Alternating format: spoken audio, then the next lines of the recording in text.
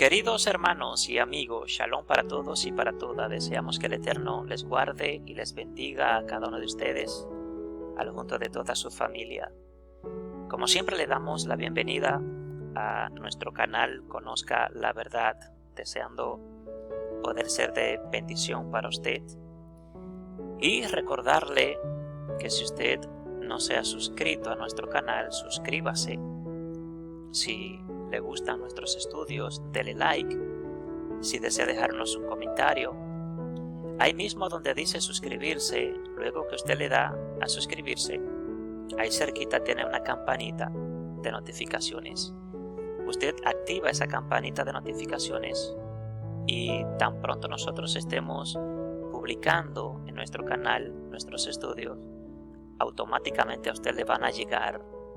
De manera que suscríbase y active esa campanita para que le puedan llegar automáticamente nuestros estudios. Si usted desea compartirlo, compártalo con sus hermanos, con su familia, con sus hermanos de congregación, con todas las personas que usted desee, para que así todos estemos siendo bendecidos a través del conocimiento de la palabra.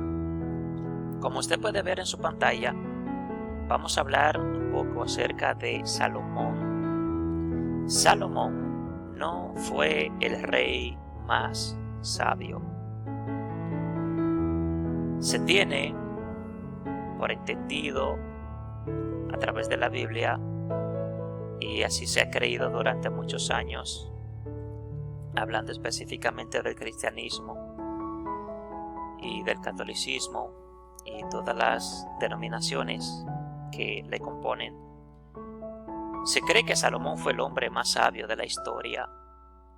Sin embargo, la Biblia misma nos da a nosotros o nos arroja luz acerca de Salomón, de que realmente no fue tan como muchas veces se cree y se enseña.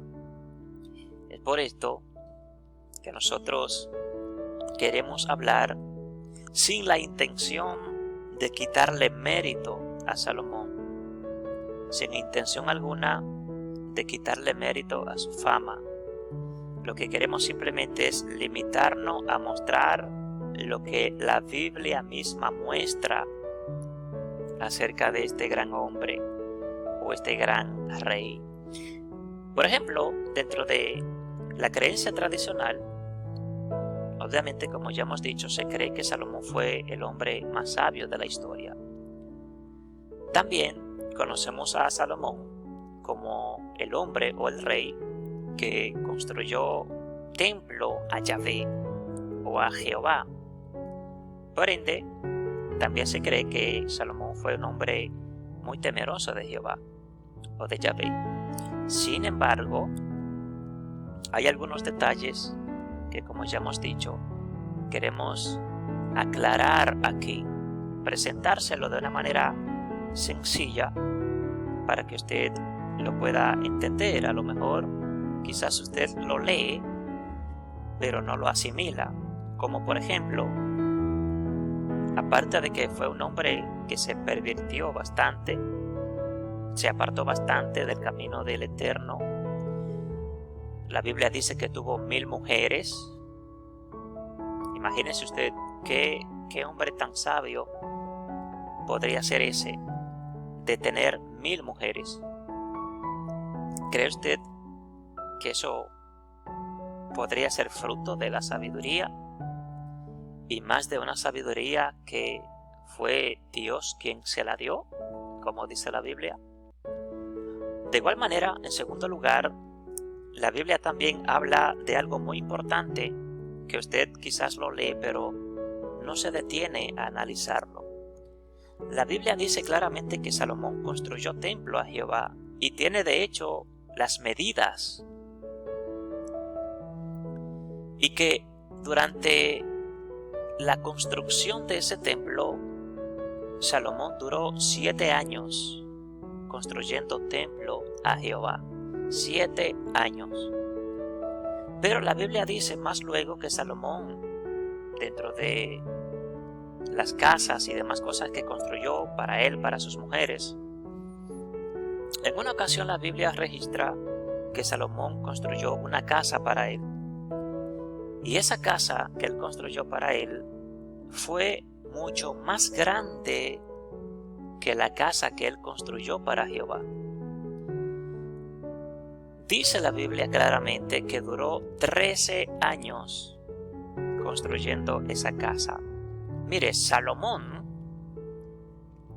hubo momento de su vida en que Salomón hasta hipotecó a personas, vendió, negoció personas con tal de recibir materiales como madera, oro, plata, metales diferentes para ciertas construcciones. De hecho, un gran porcentaje de lo que la nación producía se tomó precisamente para esto, para la construcción del templo a Yahvé y para las construcciones de él, como su casa, sus palacios, las construcciones que hacía a sus mujeres y a otras ciudades que de manera breve más adelante vamos a mencionar.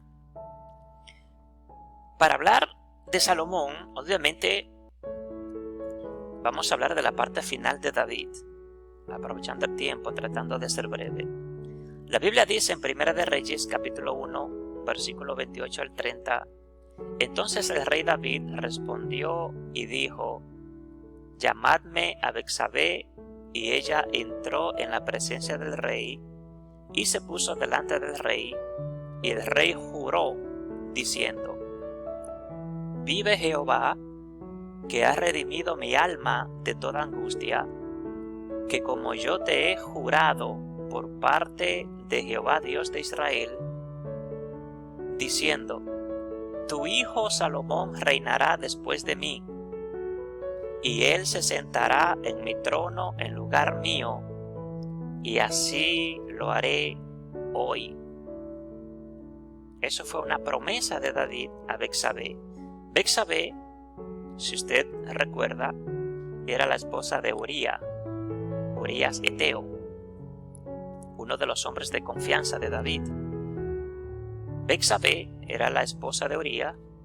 David la vio, la codició, mandó a buscarla, cometió adulterio con ella, la embarazó. Luego David manda a matar a su esposo. Se queda con la mujer da a luz, el niño muere, pero vuelve con el tiempo y queda embarazada y da a luz entonces a Salomón. David, en su tiempo de reinado como rey de Israel, está comprobado científicamente, históricamente, que el 80% de lo que la nación producía, el 80% de lo que la nación producía se iba directo al ejército de David, al ejército de la nación. O sea, David tenía un ejército poderoso, innumerable. Obviamente el Eterno le dio la victoria en todas las batallas, en todas las guerras. Obviamente para mantener ese ejército, los recursos no salían del bolsillo de David. El pueblo tenía que hacerse cargo de sostener al ejército. Y un 80% de lo que se producía en la nación era única y exclusivamente para el ejército de David. Luego que David muere, obviamente antes de morir, el Eterno le da la victoria sobre todas las cosas, reina por encima de todos sus enemigos. Muchísimas naciones comienzan a pagarle impuesto a David. Ya no hay con quién pelear, ya no hay con quién hacer guerra. Cuando David le entrega su reino a Salomón, obviamente es por esto que se conoce al reinado de Salomón como un reinado de paz. Obviamente porque esa fue la plataforma que creó su padre David. Luego, cuando viene Salomón a reinar, ya no hay guerra, no hay enemigo. Entonces ese 80% que se produce en la nación ya no se toma más para el ejército. Al contrario, Salomón comienza a disminuir el ejército porque ya no es necesario tanto soldado. Entonces lo que hace es que comienza a recaudar todo eso para la construcción del templo a Yahvé y para las otras construcciones que algunas de ellas la Biblia menciona. Vamos entonces a leer algunos versículos de la Biblia. Luego de que Salomón ya comienza a reinar, la Biblia dice que Dios se le apareció a Salomón y Dios le dijo: pídeme lo que tú quieras que yo te dé. El relato bíblico dice que Salomón pidió sabiduría. Obviamente, si pidió sabiduría es porque no era sabio, no sabía qué hacer, no sabía cómo hacerlo, no sabía cómo gobernar al pueblo. Entonces, en Primera de Reyes, capítulo 4, versículo 7 dice: tenía Salomón 12 gobernadores sobre todo Israel, los cuales mantenían al rey y a su casa. Cada uno de ellos estaba obligado a abastecerlo por un mes al año. Salomón toma a 12 gobernadores, toma a 12 príncipes, con el compromiso de que cada uno de ellos tiene que mantenerlo a él y a toda su casa por un mes. No sé si se parece a lo que sucede hoy en día, en que la mayoría de los presidentes se sientan ahí no para servir al pueblo, sino para que el pueblo les sirva a ellos. Se ve injusto, pero es la realidad de lo que se está viviendo. Y esto que se está viviendo no es nuevo. Tiene miles de años, muchos miles de años dentro de la humanidad. En Primera de Reyes capítulo 5 versículo 13 dice: y el rey Salomón decretó leva en todo Israel, y la leva fue de 30,000 hombres. Esa palabra leva la resaltamos en rojo para que usted la guarde en su mente, porque más adelante la vamos a nombrar otra vez. Y el rey Salomón decretó leva en todo Israel, y la leva fue de 30,000 hombres. Bien, en Primera de Reyes 6, 1 al 2 dice la palabra: en el año 480 después que los hijos de Israel salieron de Egipto, el cuarto año del principio del reino de Salomón sobre Israel, en el mes de Sif, que es el mes segundo, comenzó él a edificar la casa de Jehová. La casa que el rey Salomón edificó a Jehová tenía 60 codos de largo, 20 codos de ancho y 30 codos de alto. Ahí está la medida en codo.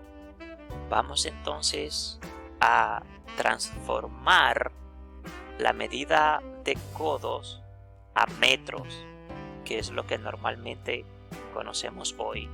Dice que la casa de Jehová era de 60 codos de largo, 20 codos de ancho y 30 codos de alto. Vamos entonces a ver esa misma medida en metros para ver cuántos metros cuadrados abarcaba la construcción. Convirtiendo entonces esos 60 codos de largo, esos 20 codos de ancho y esos 30 codos de alto, obviamente la altura no se cuenta en metros de construcción. Lo que se cuenta es los 60 codos de largo por los 20 codos de ancho. Eso nos daría a nosotros un total de 225 metros cuadrados de construcción. 60 codos de largo equivalen a 25 metros, 20 codos de ancho esos 20 codos equivalen a 9 metros. Nos da entonces un total de 225 metros cuadrados. Ese era el tamaño de la casa de Yahvé o de la casa de Jehová.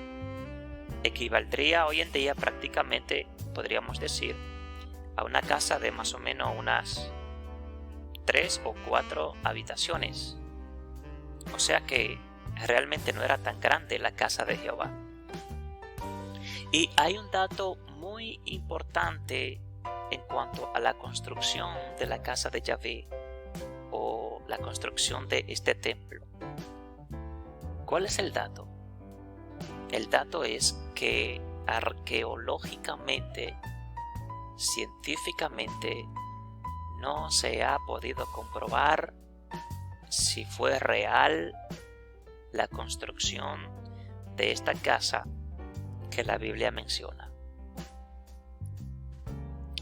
Para los tiempos contemporáneos a Salomón y para mucho antes de los tiempos de Salomón, se construyeron muchas cosas, se hicieron muchas construcciones, se hicieron muchos acueductos y todavía hasta el día de hoy se siguen descubriendo cosas.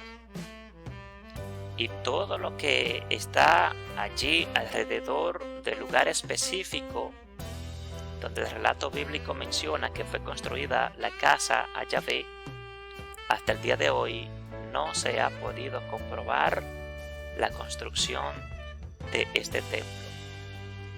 Es un dato muy curioso. La Biblia, claro está, menciona muchísimo este templo, pero científicamente, arqueológicamente, no se ha podido comprobar la existencia de esta construcción. Entonces, ya aquí tenemos el tamaño de la casa de Yahvé, 225 metros cuadrados de construcción. Vamos a ver algo muy importante aquí. En Primera de Reyes capítulo 7 versículo 1 al 2 dice: después edificó Salomón su propia casa en 13 años. La casa de Yahvé la edificó en 7. Ahora esta casa que fue para él la edificó en 13 años y la terminó toda, dice el relato bíblico.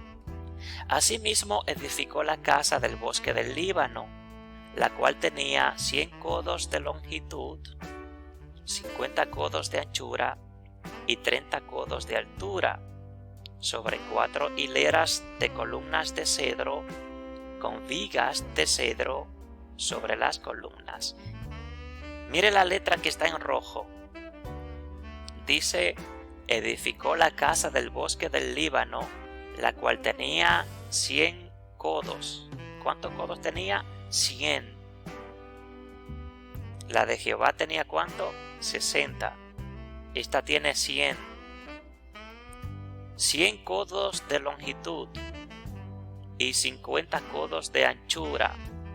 ¿Cuál es el tamaño en metros de la construcción de esta casa? 100 codos de largo equivalen a 45 metros. 50 codos de ancho equivalen a 22 metros. Para dar un total de construcción de metro cuadrado, serían 990 metros cuadrados. 900 metros cuadrados. La casa de Yahvé equivalía a 225. Esta casa equivale a 990 metros cuadrados. Prácticamente la casa de Yahvé era una cuarta parte de esta casa que él había construido. Pero para que usted tenga una idea más clara, vamos a mostrárselo en gráfica, una gráfica sencilla. Esta era la casa de Jehová. La cantidad de metros de construcción al cuadrado. De ancho 9 metros. De largo 25 metros. equivalía a 225 metros. Ahora bien, la casa que Salomón hizo o construyó para él es esta: 22 metros de ancho por 45 metros de largo, equivalente a 900 metros de construcción. ¿Puede usted notar la diferencia? Ahora bien, todo lo que se hace con un propósito. Y más en la tierra o en la cultura de la Biblia. Todo lo que se hacía con un propósito. Siempre dejaba un mensaje. ¿Cuál era el mensaje que Salomón estaba dejando a través de estas dos construcciones? Obviamente el mensaje era que la casa del rey debía ser más grande que la casa del Dios Yahvé. La casa del rey era más importante que la casa de Yahvé. Que el rey era más importante que el Dios Yahvé. ¿Cómo? Hermano, no relaje. No estoy relajando. Este es el mensaje directo que Salomón daba y que todo el mundo podía comprenderlo. En uno de mis estudios hablamos acerca de el Dios Yahvé, el Dios Jehová. Los hebreos, aún en su origen, en su principio, como nación, como pueblo, ellos no eran monoteístas. Ellos eran politeístas. Siempre adoraban a varios dioses, y eso está en toda la Biblia.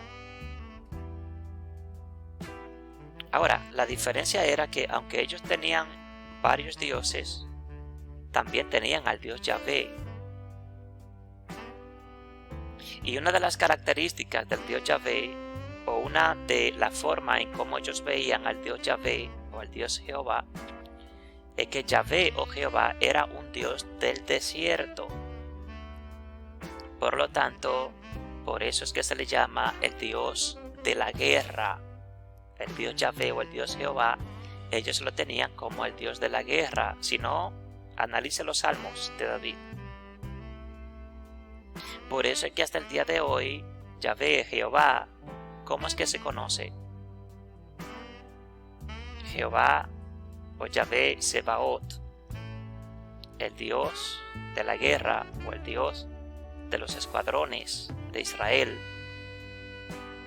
Y era un Dios del desierto, así lo tenían los hebreos en el principio, el Dios del desierto.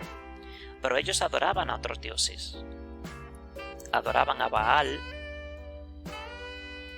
adoraban a Quemos, adoraban a Moloch, adoraban a la diosa Asherá, que esa diosa Asherá, como todos los demás dioses, simplemente se le han cambiado los nombres dependiendo de la nación. Esa misma diosa Asherá es la misma diosa Venus que estaba en los tiempos de Rab Shaul, el apóstol Pablo. Bueno, los efesios le llamaban Diana. Para los griegos era Venus, pero para los romanos ya, los efesios tenían una cultura romana, era Diana, Diana de los efesios. Pero que esa misma Diana, que es la misma diosa Asherá, hoy en día es la misma que conocemos como la Virgen María. O sea, los personajes en realidad nunca han cambiado. El sistema de adoración idolátrico a otros dioses nunca ha cambiado, simplemente se les ha cambiado los nombres. La teología, tanto católica como cristiana, puede decir otra cosa, pero la historia no. Entonces, mis amados, regresamos acá.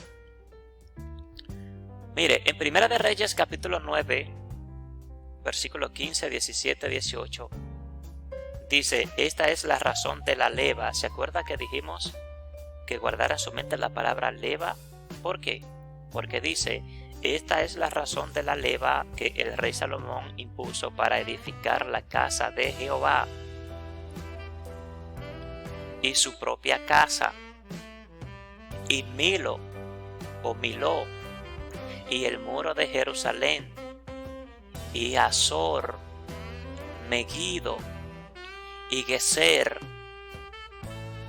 Restauró pues Salomón también a Geser y a la baja Betorón, a Baalat. Esa Baalat era una ciudad donde adoraban al dios Baal. Dice, y a Tadmor en tierra del desierto. ¿En tierra de dónde? Del desierto. Primera de Reyes 9:20 al 21 dice, a todos los pueblos que quedaron de los amorreos, eteos, fereceos, heveos y jebuseos, que no eran de los hijos de Israel, a sus hijos que quedaron en la tierra después de ellos, que los hijos de Israel no pudieron acabar, hizo Salomón que sirviesen con tributo hasta hoy. O sea, todas aquellas naciones, el resto que quedó, en la cual quedaron vivos, siguieron viviendo, Salomón no decidió hacer guerra con ellos, sino que lo que hacía era acuerdo de paz con ellos. Y ellos, obviamente, por ley, tenían que pagarle tributo, tenían que pagarle impuesto. Vamos a ver un poquito más adelante aquí parte de los impuestos que le pagaban. En Primera de Reyes 10:14 al 15 dice la palabra, el peso del oro que Salomón tenía de renta cada año, o sea, lo que le daban cada año a él como impuesto, era de 666 talentos de oro, sin lo de los mercaderes y lo de la contratación de especias y lo de todos los reyes de Arabia y de los príncipes de la tierra. ¿Se dio cuenta que pusimos en rojo también el peso de los talentos que recibía cada año? 666. ¿Entiende usted algo más por estos 666? Se lo menciono mejor para que usted se le pueda refrescar la mente. El peso de los talentos del oro que Salomón recibía cada año daban 666. O sea, ahí tenemos la suma de 666. ¿Podría usted relacionarlo con el número de la bestia de que habla Apocalipsis? Se lo dejo de tarea. Continuamos, mis amados. Tenemos aquí una nota acerca del peso de los talentos, en donde nos especifica cuántos kilos pesaba un talento. Obviamente había naciones que tenían un peso diferente para los talentos, y aquí lo tenemos. Mire cómo dice. Un talento para los griegos equivalía a 26 kilogramos. Para los romanos, un talento equivalía a 32 kilogramos. Para los pueblos del Antiguo Testamento, un talento equivalía a 34 kilogramos. Y en el Nuevo Testamento, hablando ya para los tiempos de Yeshua, un talento equivalía a 59 kilogramos. Obviamente, para los tiempos de Salomón, nos imaginamos que un talento equivalía a 34 kilogramos, porque dice que para los pueblos del Antiguo Testamento equivalía a 34 kilogramos. Entonces, si usted quiere, calcule 34 por 666 y le va a dar el resultado de la cantidad de kilogramos de oro que Salomón recibía, aparte de todas las demás cosas que dice en Primera de Reyes 10, 14 y 15. Bien, vamos entonces a continuar y vamos a leer Primera de Reyes capítulo 11 desde el versículo 1 hasta el versículo 10. Los primeros 5 versículos dice: pero el rey Salomón amó, además de la hija de Faraón, a muchas mujeres extranjeras, a las de Moab, a las de Amón, a las de Edom, a las de Sidón y a las Eteas, gente de las cuales Jehová había dicho a los hijos de Israel: no os llegaréis a ellas, ni ellas se llegarán a vosotros, porque ciertamente harán inclinar vuestros corazones tras sus dioses. A estas pues se juntó Salomón con amor, y tuvo 700 mujeres reinas y 300 concubinas.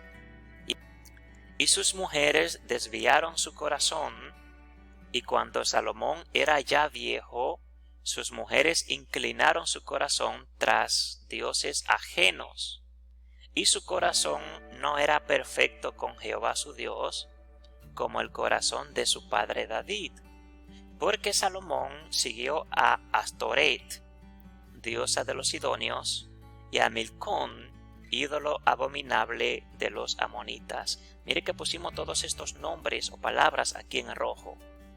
Primero dice que Salomón amó. Cuando está hablando de que amó, obviamente no fue que se casó para negociar, no fue para crear un sistema de comunicación o de acuerdo entre ambos gobiernos. No, Salomón amaba a estas mujeres que eran idólatras. Aparte de que amó la hija de Faraón, que obviamente era una egipcia, amó también a las mujeres de Moab, a las mujeres de Amón. Eran gentes que adoraban al dios Moloc y al dios Milcom. Eran ídolos abominables.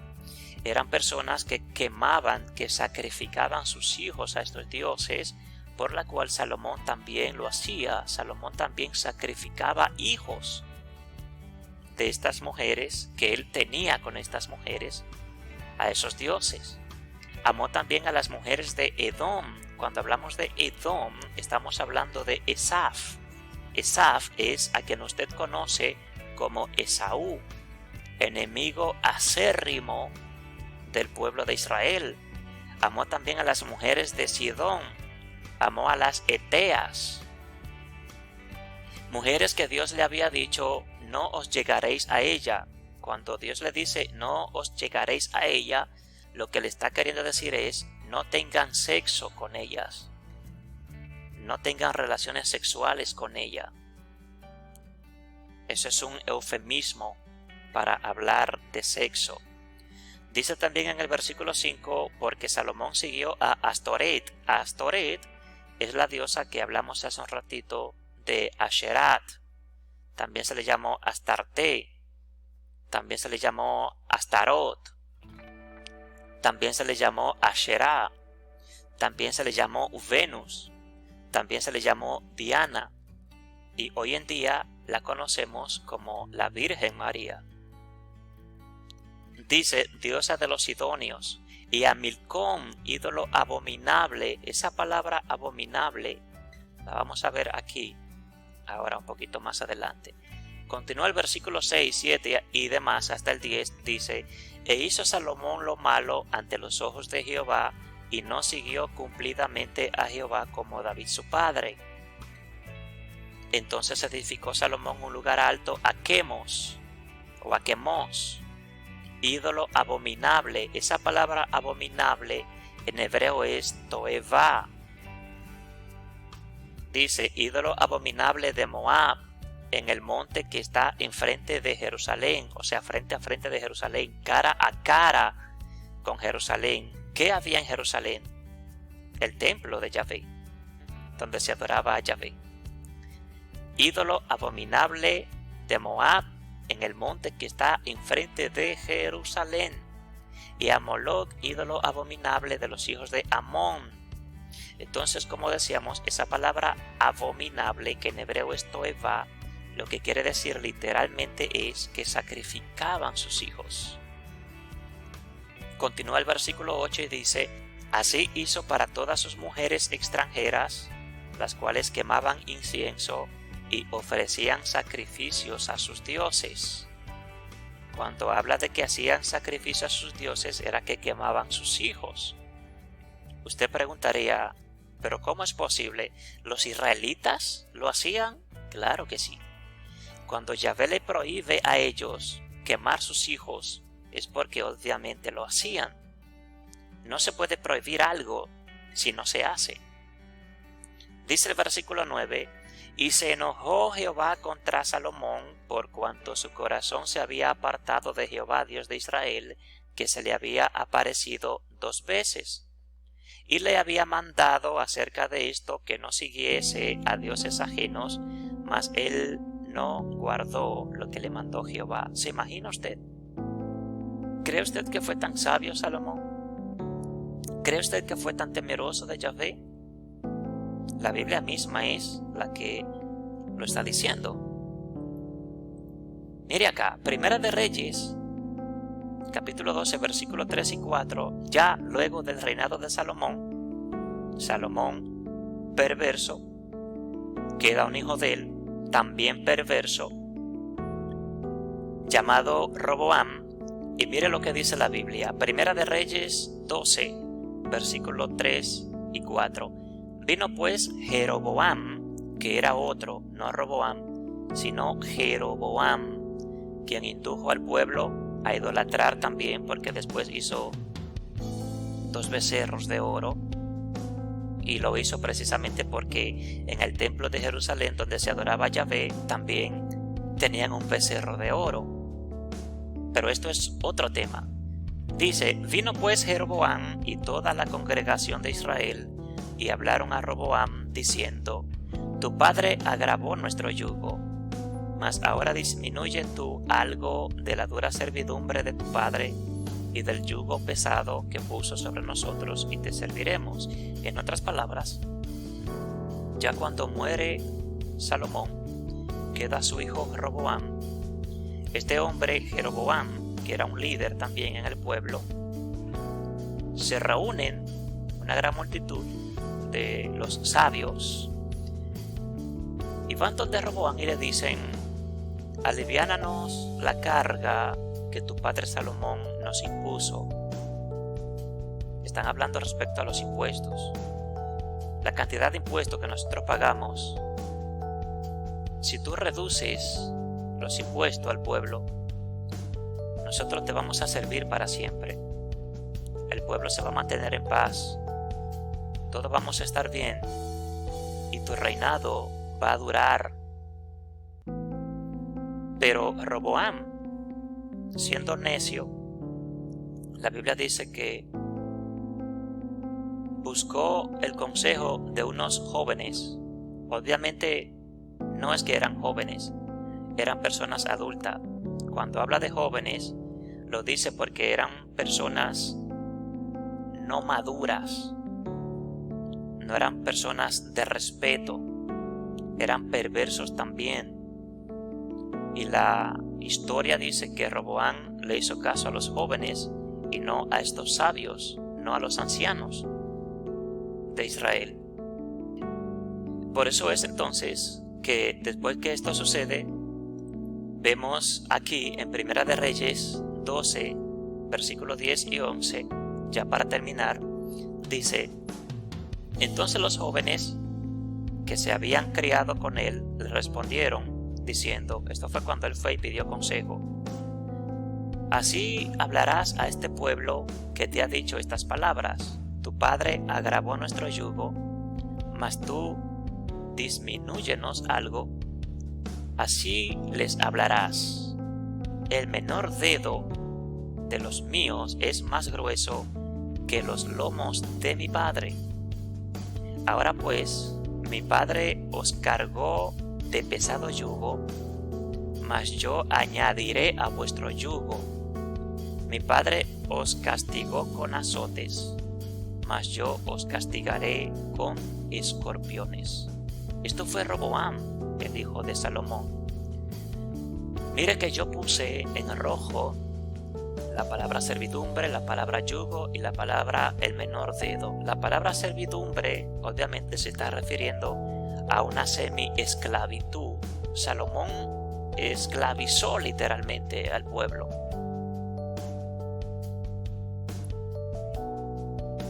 Y cuando dice aquí que Roboam dijo, le contestó, cuando fue a contestarle a los sabios, que le dijo, el menor dedo de los míos, esa palabra, el menor dedo en hebreo, es kogni. ¿Y sabe a lo que se está refiriendo literalmente? Kogni es un eufemismo para referirse al miembro viril, al miembro del hombre, al pene. O sea que Roboam lo que le dijo fue, mi pene es más grueso que los lomos de mi padre. Obviamente los escritores, los editores de la Biblia no lo escribieron así, no lo editaron así porque es una palabra muy ofensiva. Entonces buscaron la forma de acomodarla, como acomodaron muchísimas otras, para que no se viera tan vulgar. Pero Roboam lo que le dijo fue literalmente, mi pene es más grueso que los lomos de mi padre. Mi padre los castigó, le puso un pesado yugo, yo le voy a añadir a ese yugo. Mi padre lo castigó a ustedes con azotes, yo ahora los voy a castigar con escorpiones. Un perverso, hijo de un perverso. Después de esto, ¿le parece a usted que Salomón en realidad fue sabio?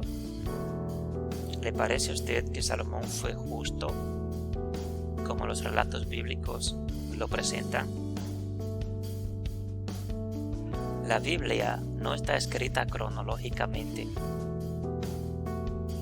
Y aunque la Biblia se puede decir, para no tocar otro tema, y mucho menos discutir sobre esto, pero aunque se puede decir que fue entre comillas inspirada por Dios, que no todo fue inspirado por Dios, sino que en la Biblia hay escritores, editores, humanos, que escribieron conforme a cómo podían ver y entender las cosas. Pues obviamente Salomón no es en realidad lo que nos han enseñado. Y esto y muchísimas otras cosas que podríamos seguir hablando de Salomón. Podríamos demostrarlo a través de la misma Biblia. Muchísimos defectos, muchísimas faltas que tuvo Salomón. Obviamente nadie es perfecto. Todos pecamos. Todos cometemos errores. Pero en el caso de Salomón hay una gran excepción. Y es que verdaderamente fue un hombre muy idólatra. Fue un hombre muy politeísta. Obviamente, claro está, no es cierto lo que la Biblia dice, que tuvo 1000 mujeres. Realmente, literalmente, no fue cierto. No fue verdad.